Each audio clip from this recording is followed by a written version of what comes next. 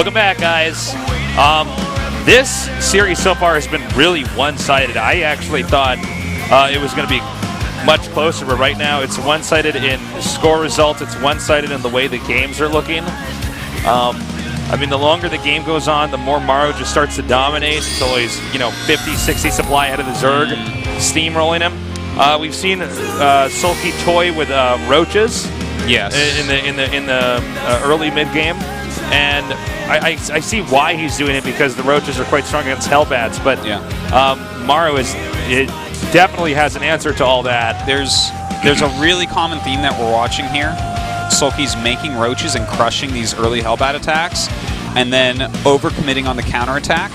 Yeah, and just doesn't quite have what he needs to hold off Maru's next aggression, because Maru is defending very, very well. So I think he needs to back it up a little bit if he wants to open roaches again. I think there's no problem with that, but he really needs to be careful not to overdo it. He needs to make sure his economy's in line, because you're never really going to kill Maru early on. Now it is time for game number 3. Maru with a 2-0 lead. He just needs to win one of the next 3 games to move on to the round of 4. Be that much closer to becoming the champion of the GSL Code S. Top 6 GSL Season 2, Round 8, Maru versus Soulkey. All right, Soulkey bottom right, Maru upper left. Yeah, and, King Sejong Station. This is a map where Mutila's harassment gets very good throughout the game. And taking that third base, it's pretty easy to defend overall. And, I guess the fourth base probably in this game will be the point of contention. But, you might see one of these guys mix into cheese, so who knows? Yeah, that's very true. God, I didn't think Maru was going to be this dominant. I mean, this is... The fact that he's doing this well against Soulkey means it's actually very, very, very realistic that he could win this entire season. Yeah, and that's really great to see. I love that we keep getting basically the same few people. Ooh, that's a pull first, but I love that we keep getting the same few people doing really well. I've actually been wanting to talk about or write something about what has happened to StarCraft in the last 6 months. This is humanity's last hope, by the way, Artosis. I like that World War C. Sorry, go ahead. But I've been kind of wanting to talk about it, and I guess I'll just hit on it lightly here. StarCraft II is becoming much more like StarCraft 1 was in these last about 6 months or so. Pro League has gotten a lot better. The teams have completely stabilized in Korea. We know which teams are very stable and not going anywhere. Those teams are becoming dominating because they've got the best players and the best coaching regimen and stuff like that. And the best coaches. We see the coaches in StarCraft 2. By far the best coaches. And here's the thing. A lot of the coaches that were kind of garbagey at the beginning of StarCraft 2, we had a million teams out here and a bunch of people that didn't know what they were doing with coaching. And they didn't, those people are mostly gone. We have these really solid, smart teams put together with ridiculously good players. And we're seeing the same players dominate over and over. It's pretty awesome. It is pretty exciting. Welcome to the studio, by the way, guys. Yeah. Thank you for coming down. This is my little diatribe about how StarCraft 2 is really becoming this solid thing. It's a beautiful thing to see, Tasis. It is. I'm really... God, I actually... here's the truth, guys. Let me check what time it is right now. It's 8:16 right now. Normally, a Code S day is literally twice the length of this.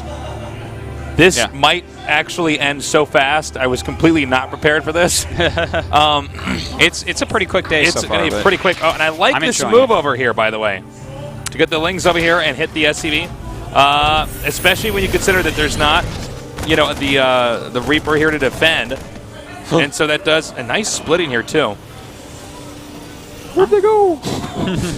It's kind of scouting around a little bit. Don't know if he'll really get any damage done, but plenty of scouting, so that's good.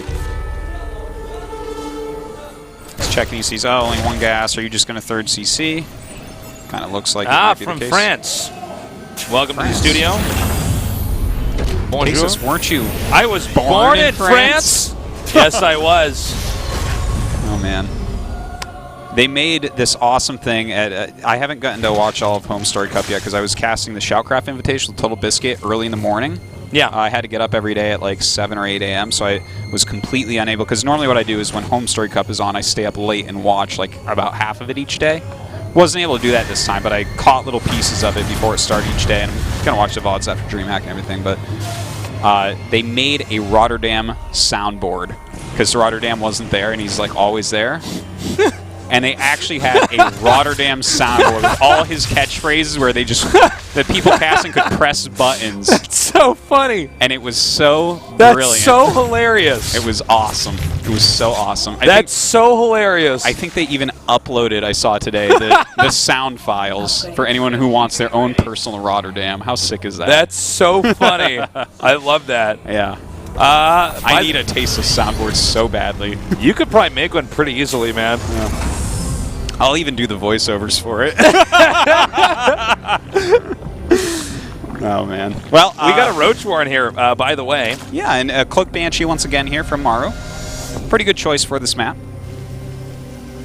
I wonder if that means he's going to go into mech here because of the Cloak Banshee play. Because if he doesn't, then Soulkey going into Mutas could be tough without Thors to defend against that. But we'll see in a minute here. And I guess with that next tech lab, that has to be on a Rax for Stim, I would imagine. Most so I likely. think he's not going back here. But I guess we'll see in a minute. I frankly don't think there's as much of a need to go mech on this map. I think you're probably going to win fine with Bio. I think Maru's better with Bio.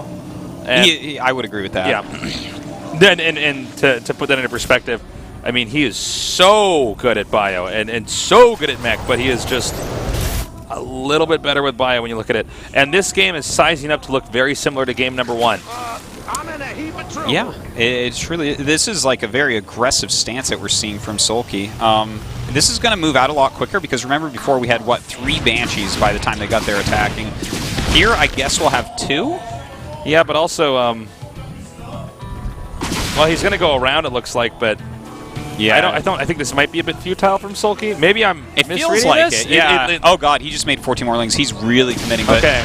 The Banshee's putting on a lot of damage. Well, He's there is no bunker or anything here, just him attempting to wall in. And there's 17 Banelings. This actually could kill Maru. But maybe I should hold my breath on that, considering how well Maru's been holding off everything else. Yeah, I'm liking this for Maru. He needs to ideally finish his wall into something to slow down the Banelings. Yeah, it is a lot of Banelings. And I guess he's not targeting down nearly as many as he was before. But that's not that many Roaches, really. So when the Banelings go away, where's the staying power? It's not as much. Well, let's see. He's got really good angling here. You notice the Banelings are being forced into the back a little bit. Really good volleys against these Banelings. You know what? Is that one gonna connect? That was a big Baneling hit right there. Yeah. Is there enough to capitalize on that? Well, that's the real question, right? You know, he needs to get rid of these Roaches, and he just needs to keep as many SCVs alive. SCV count right now 27 to 56. You know, that is a lot of SCVs killed. The Ling follow-up here is really, really nice because the Banshees just can't as efficiently kill the Lings as, for instance, if it was just a few Roaches. The Ling's such nimble units. You know what? I guess at the end of the day, that was a pretty good attack with how much he actually killed off for SCVs. Now, the economy's just shattered. Keep in mind, with Banshees, you know, out here, it's hard for this harass to really continue, you know? I mean, this is pretty straightforward with the Terran. He just moves his army down there. It's even harder to surprise the Terran with the Banelings. Now, he maybe could here now that he's moving the Banshees back out. Terran ideally would want to fill in that wall in to stop this because it's, as you can see here, abundantly clear that as with more Lings coming up. And there we go, he is going to block that all up. And yeah, this is definitely also the right move to send the Banshees back. Probably even go out to where you would suspect the Banelings are being made. He's trying to be really careful about things, but at the same time wants to go in and do some harassment. You know, 3 Banshees. They have a shelf life when your opponent is Zerg because they're going to go for a Spire, you know? And when that Spire's up, the Banshee's just way, way weaker, especially when you're going Bio. Like, you can protect Banshees reasonably well with Thors, but when Marines are out there, it's a lot harder. Okay, so here come those Banelings now. And, you know, actually, I don't think that was quite... Let's see how this Baneling connects. Okay, we didn't see the HP on the SCVs. Let's see if this next Baneling can connect! Okay, so he's still all right. Which I would say that attack was a bit of a wash. Yeah, I guess that was totally fine for Maru. You know, but he has been kind of hurt several times here. He still doesn't have that high of an SCV count. His armory is super late compared to when his upgrades went. Like, we normally see Maru completely on top of that, but his economy was hurt enough that Soulkey's going to catch up in upgrades, which is really good for him because his upgrades were quite late. Still trying to get some harassment done with these Banshees. There's doing that Maru split again. Yeah, the beautiful forking out. The way he fans it out is like so mathematically precisely perfect, by the way. Like they're all like equidistant from each other. Yeah. Even we did it when there were 5 of them earlier. It looks like that Demon Hunter's attack from that Heroes of the Storm thing. Yeah. Whatever that's called. Anyways. 2-2 starting for both players at pretty much the same time, so that's a nice catch-up from Soulkey. And delaying that third base from mining, great job. But these Banshees actually going to town on these drones in the mineral line. I can't believe, you know, Maru makes this look so almost unfair when you consider how good Soulkey is. And that this has been a pretty neck-and-neck game, the first one yet. Despite, you know, this game is like a couple giraffes right now, Tasteless. The Banshees, again, doing so much damage here, but this is a great way for Zerg to match that. Although I'm not sure if he's actually babysitting those mutas. Okay, now he sends it back to go over here into the main. He's lost quite a few drones, though. He certainly has. I really want to see that. Yeah, I'm wondering about that, too. That seemed like a pretty hefty number of drones. Oh, my God, this is still going on. 27 kills? Oh, my God. That Banshee's rank is a commander, Artosis. Well, he's going to be called Maru pretty soon here. Yeah. Maru's going to have to get in a Banshee and have that Banshee play for him. Yeah. Well, both these guys taking heavy blows. We have 2 non-operational bases here for Terran. But at the same time, I mean, those Banshees, hopefully we can get that tab up there, because I would love to actually quantify how much damage those Banshees actually did. Well, let's see. 40 workers to 52, sorry. I still want to see the SCVs lost or the workers killed, whatever we call that thing that pops up. Control R. Someone hit Control R. Look at this. Is so funny. He's like, oh, never mind. Come back later. Sorry to bother you. Oh. Saves one Baneling. Good work. Well, considering how many SCVs have been damaged, even just sending one in, it could get a tremendous amount of kills. So Maru, again, countering out here. Now, as I've said in actually our other 2 games, I'm always a little bit surprised by how quick Maru decides to counter. The Zerg is ahead. Oh, hold on. Okay, he does not manage to save that turret, but there's a second turret over there in the main. This is a lot of mutas. It's a lot of Banelings out here. Maru, we have 3 medevacs with this army, and this could easily be completely cut off. I mean, okay, so he's going to go for a very quick pickup. Well, with 21 Banes out in the map, I'm not sure that this is going to do anything Tasteless. This feels like it's actually just a bad idea right now. Well, I don't know if he can get this army out of here if this doesn't work. I mean, this is... Yeah, well, he left some units on the low ground, but as more mutas pop out and some of these lings fall around, he's just going to lose everything. Hey, you know what? The third is going to be a great target from here. Now, let's see if he can get this to meet up.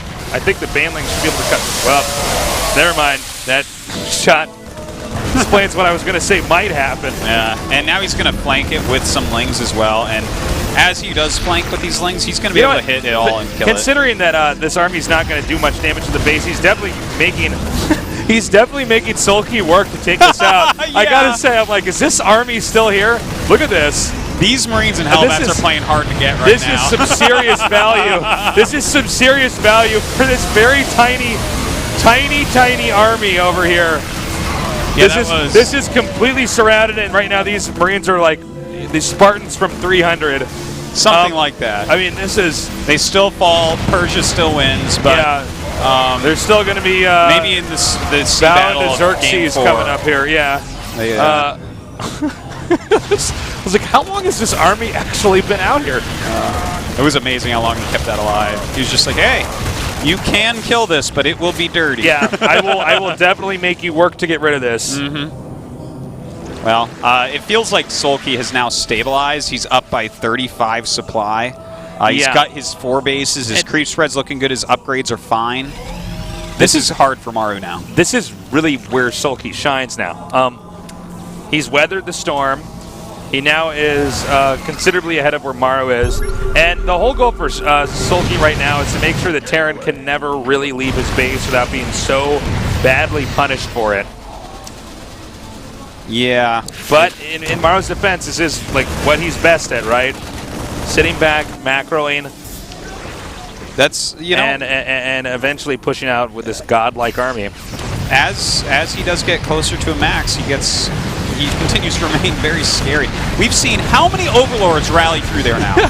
Like, I didn't mention it the first 4 times. I was just say, we don't normally mention it because I'm like, well, that does just happen, you know. But eventually it's like, okay, listen, I don't know. Is this like this never-ending scout? 2 Overlords in the main non-stop. This new strat I haven't heard about. Yeah. Well, that's a lot of Lings coming in here. Definitely going to force a lift off here as we see. Killing off some SCVs as well. Okay, I think Maru's almost run out of options. I mean, I think this is just this Marine heavy. Oh my God! Well, maybe if he does with this army what he did in the last game, he might get more value out of him. He's using that little pocket on the high ground, and that's like the most ridiculous thing. You have to bring units around to every side to hit this. But if Terran's really fast and evacuates, like for instance, if he evacuates his high ground, he might be able to make this still not be too terrible. But oh God, there you go. Unloading over there. Okay, GG. Maru taps out. He says, I'm already behind enough. Okay, thank God that wasn't a 3-0. I know, right? Like, Maru's playing so well, it seemed like it might be at some points, but Soulkey fighting back, showing he's got what it takes still. Don't count him out ever. Let's not forget that Innovation was crushing him in the finals with GSL, and Soulkey's like, nope, and then he won. That's very true. Well, one of the key strengths of Soulkey is his ability to constantly adapt, whether it be his race, the map. He's basically like Abathur. He's, you know, oh my God, he is Abathur. And what's the name of that other Dakar or something? Oh, we don't talk about Dakar. That guy was so bad. He just wants essence so he can something essence. I'm like, yeah. Essence. Require more essence. I'm like, okay, I get it. Yeah. We're getting Zergy here. Actually, when you think about it, Soulkey kind of looks like Abathur. Take Soulkey's glasses and put them on Abathur and tell me that they don't look the same. And give him, instead of a mouth, a hatchet wound on his face, and yeah, you pretty much got it. Overgrowth. All right. Overgrowth it is. This map, you know, big macro map can be very hard to kill off that 4th base if it goes into a normal macro game. I kind of expect some Hellbat play here out of Maru. I think he's going to have to do something pretty powerful if he wants to win on this map. I think Soulkey had the right balance back there, but let's also keep in mind how the early part of that game looked. It was a very specific timing attack that knocked Maru off his feet. Maru handled it, I think, as well as he possibly could have, but you can't usually do that same kind of timing attack again and yield the same results, especially not against somebody like Maru. So let's see if Soulkey tries it again or if he mixes it up. Game number 4 is starting. Maru with a 2-1 lead against Soulkey here in the GSL Code S.